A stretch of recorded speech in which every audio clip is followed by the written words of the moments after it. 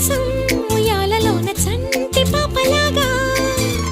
కోడి కూత కోసం తెల్లారు జాము పల్లెటూరిలాగా